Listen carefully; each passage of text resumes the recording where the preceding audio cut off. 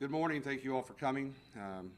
This press conference was called to discuss the shooting that occurred yesterday morning in the Summerfield subdivision that involved a 16-year-old Whiteland High School student. With me here today is Superintendent of Whiteland Schools Patrick Spray and Chief of Whiteland School Police Chad Price.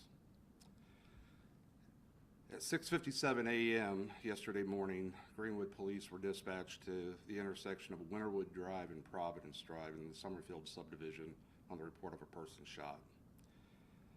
Officers arrived, located a 16-year-old male who had been shot multiple times on the ground in the intersection.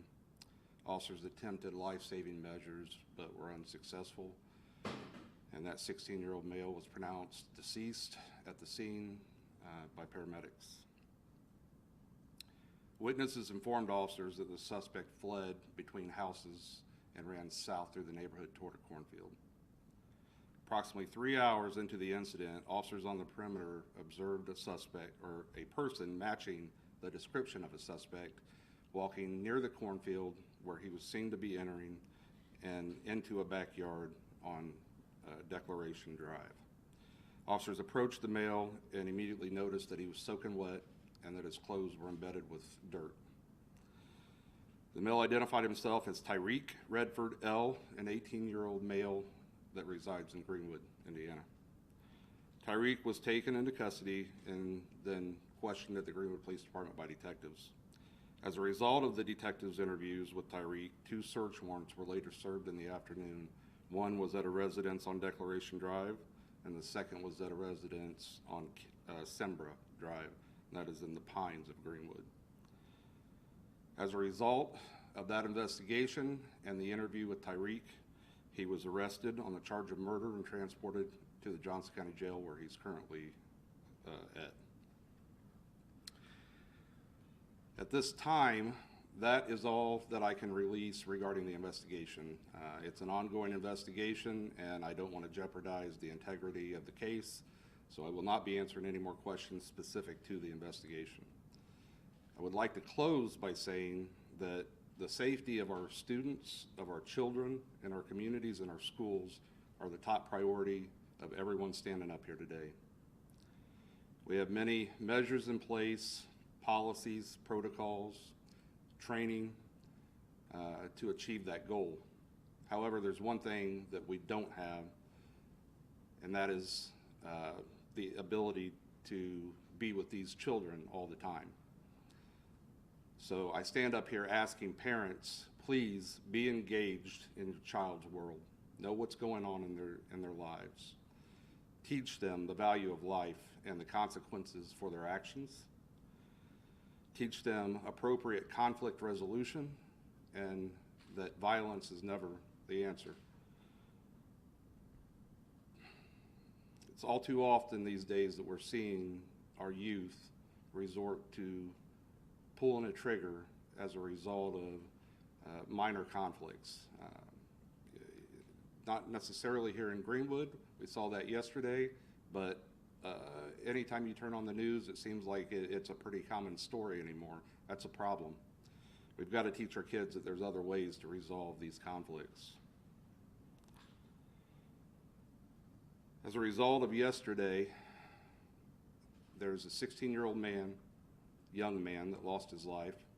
There's a family that's experiencing unimaginable grief because of that loss. But there's also another family that lost an 18-year-old who's now incarcerated for murder. And for what? Minor conflict?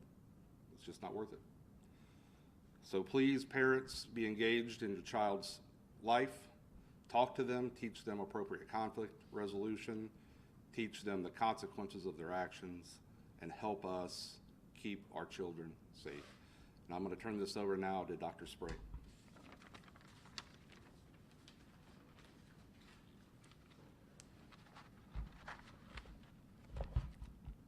Hello, I'm Patrick Spray, Superintendent of the Clark Pleasant Community Schools. Tamario Stokes became a Whiteland Community High School warrior on August 17th of this year when his family enrolled him and his brother. Tamario Stokes attended classes for 4 days before he was killed yesterday on his way to his bus stop. Thoughts and prayers are not enough to lift this unimaginable pain inflicted on Tamario Stokes' family. To his family, please know we are here for you, and we'll do what we need to do to make sure to try to make your family whole. We are grateful for the members of the law enforcement community, Greenwood Police Department especially, but also the other law enforcement agencies that helped us maintain safety within our school districts, increase patrols. This includes the Johnson County Sheriff's Department, Whiteland Police Department, New Whiteland Police Department, and others. Also, we are grateful to have our Clark Pleasant Police Department and our SRO officers on our campuses each day to build relationships, but also to maintain an orderly and safe environment in our schools. We are also very grateful for the staff that we have in all of our schools and the professionalism demonstrated yesterday by our administrators and teachers and classified staff at our high school.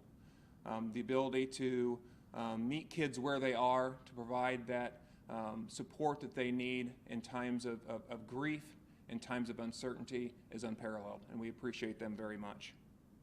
We do have mental health professionals available to all of our students and all of our staff in the Clark Pleasant Community Schools.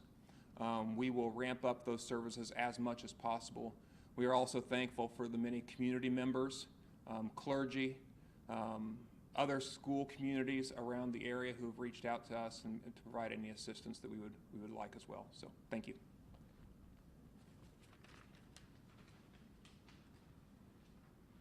Are there any questions for any of us standing up here? Chief, did you say that he was walking in a cornfield when police saw him, or was he in a backyard? No, he was walking near the cornfield, but into a backyard on Declaration Drive. He was soaking wet? Yes. You mentioned that it was a minor conflict. We've been told by some family and friends that it was over a possible moped. Can you confirm that for us? I can't. And was, there was a, we got reports from neighbors that there was a SWAT situation of some kind at the suspect's house last night. Was that serving of the search warrant, or can you talk about that? No. So there was a separate search warrant served last night, unrelated to this case, by the Johnson County Sheriff's Department. Do you know how many shots were fired and what weapon was used? I can't release that information right now. I can say multiple. Chief, do you know the relationship between the suspect and the victim? Acquaintances? So it would be accurate to say the two knew each other? Yes. You know how they were acquainted from where? I believe just being in the suspect, the person arrested, Tyree, he lived in a neighborhood about a mile west of the victim. So I believe just running around the neighborhood together. So recent. Yes. Which neighborhood did he live in? The suspect, the Pines of Greenwood. Pines of Greenwood? Yes. Do you know why he was he wet and dirty from being in the cornfield, do you know, or why was he wet?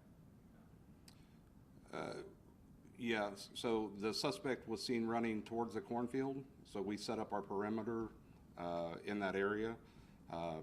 And like I said, about 3 hours later, just feet from the cornfield was the backyard of the home that he was walking towards. Why he was dirty and wet, one can only assume at this point. Did the suspect have a criminal history at all? I'm sorry, Did the suspect have a criminal history at all prior to this? can't release that information. Do you know that home, why he was walking to that home? Is that his home? Is that a friend's home? Do you know anything where he was going? I do not. He did give a statement to detectives yesterday, but once again, anything that was said in that statement, I cannot release. It would jeopardize the integrity of the case. And that home is on Declaration Drive? I'm sorry? That home he was walking towards is on Declaration Drive? He was walking on Declaration Drive, yes. Is there a second suspect? No, not at this time. You have somebody, are you questioning a second person? We have questioned a friend of the shooter. At this time, we have no reason to believe that he was involved, but it is an ongoing investigation. Did the suspect drive himself to this location, or was he with somebody else? He was by himself, to our knowledge, and he walked. Oh, he walked. Yes. Is there any concern about crime in Greenwood? This is the third shooting that's happened in a little over a month.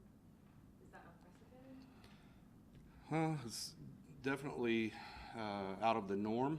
I think that the times that we're living in, we're seeing more violence all around the country, and it tends to be migrating into the suburbs. I think that what I would say is that Greenwood is still a very safe place. We have a wonderful police department. We have very dedicated officers. They're out every day doing the best job that they can do. We strive to provide safety for our community and our visitors, and this is just, yes, we have had an increase, an abnormal amount of homicides this year. I'm hoping that the law of averages says that we're headed for a lull. Were you guys able to find the gun that was used? I can't answer that. We got reports that a student was pulled out of class at Whiteland Academy in the middle of the day. Can you say what that was about? Is that related to this?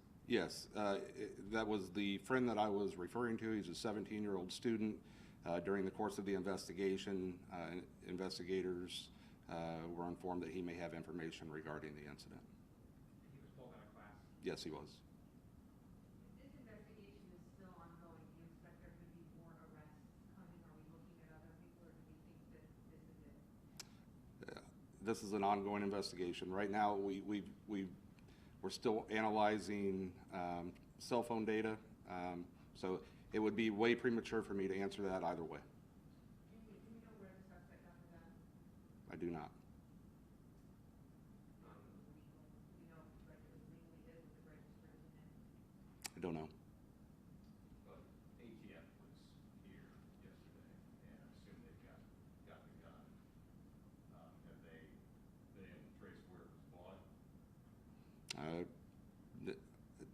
To this point, I've not said that we have the gun.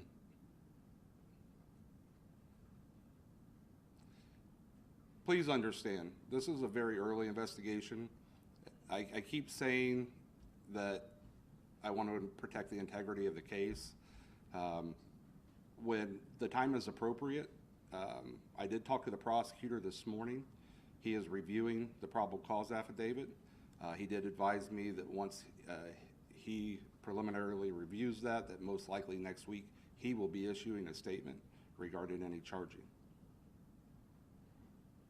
Chief, I wonder what your message is to this community. I mean, I feel like we've had an abnormal amount of big news come out, the mall shooting, other incidents. What do you say to this community, who's sort of, I assume, from what we've heard, pretty shaken up by all this stuff going on? Would say that, it can happen anywhere, and it does. And, unfortunately, it's happened on our doorstep this year. It is not normal. We typically have a very low violent crime rate. But, a lot of times when things like this happen, just like the mall shooting, it's in the place you'd least expect. So I don't think there's any concern of rising crime necessarily. It just more of a run of bad luck and chance. Do you think this uptick could be related to the handgun permitting process in our state and changes? Like, is that something that you're considering? I think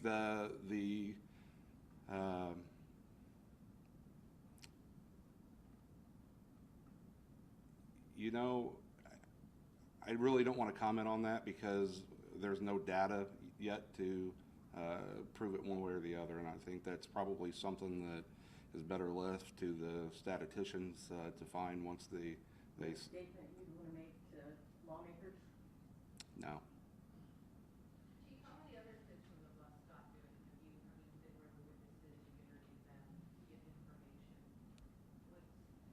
Yeah, they were shook up. obviously, I think they're doing fine. I know Dr. Spray addressed that the schools are providing mental health to those people who are affected, mental health care. Sorry. We were told that there was possibly a run-in between the suspect and the victim a few weeks ago, a possible fight of some sort. Are you aware of that? I can't comment on that. A couple of, I'll take one more question, and then if you have questions for Dr. Spray, no, okay.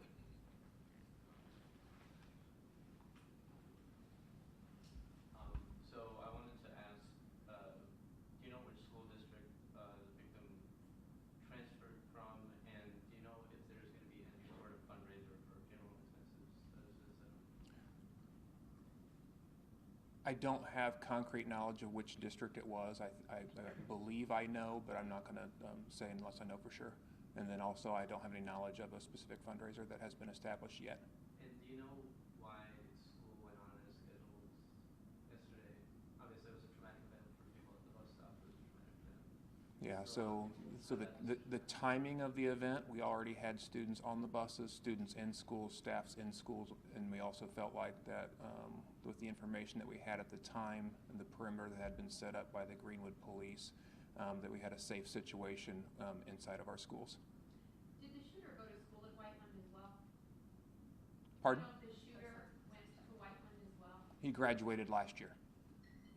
Anything being done about, obviously this wasn't random, but anything being done about bus stop safety or Clark Pleasant Police Department or anything like that? We constantly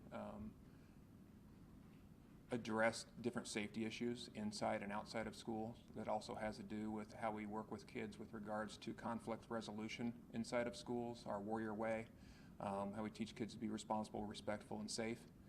So it's a constant focus within all of our schools from pre-K through 12. Is there any concern about, and the chief mentioned this, about violence among youth? This isn't the first time that our school district, even Clark Pleasant, has lost a student to violence within, the last 5 years. There are a few just across the county. This could be for you or for the chief. That's always a significant concern. I mean, that's all I can say, but it's always a concern. There's been numerous kind of violent actions, bullying, etc., happening in Clark Pleasant in the past few months or the past school year. What can you say about what school officials are trying to do to improve relationships between students? Yeah, I would say that we aren't the only school district that deals with those types of things, and that we're not the only school district that continues to try to be proactive and helping students be able to, look out for each other, take care of each other, be kind, and know how to resolve conflict as best we can. Take advantage of teachable moments with kids, and try to stay, and primarily try to stay connected with families. Do we know, did the bus pull up yesterday on the scene, or did anybody, reach out to the bus and say, hey, don't come here, or anything? Did the bus driver end up pulling up on that whole situation? I can say it was a middle school bus that drove by and gave radio communication to the high school bus to avoid that area.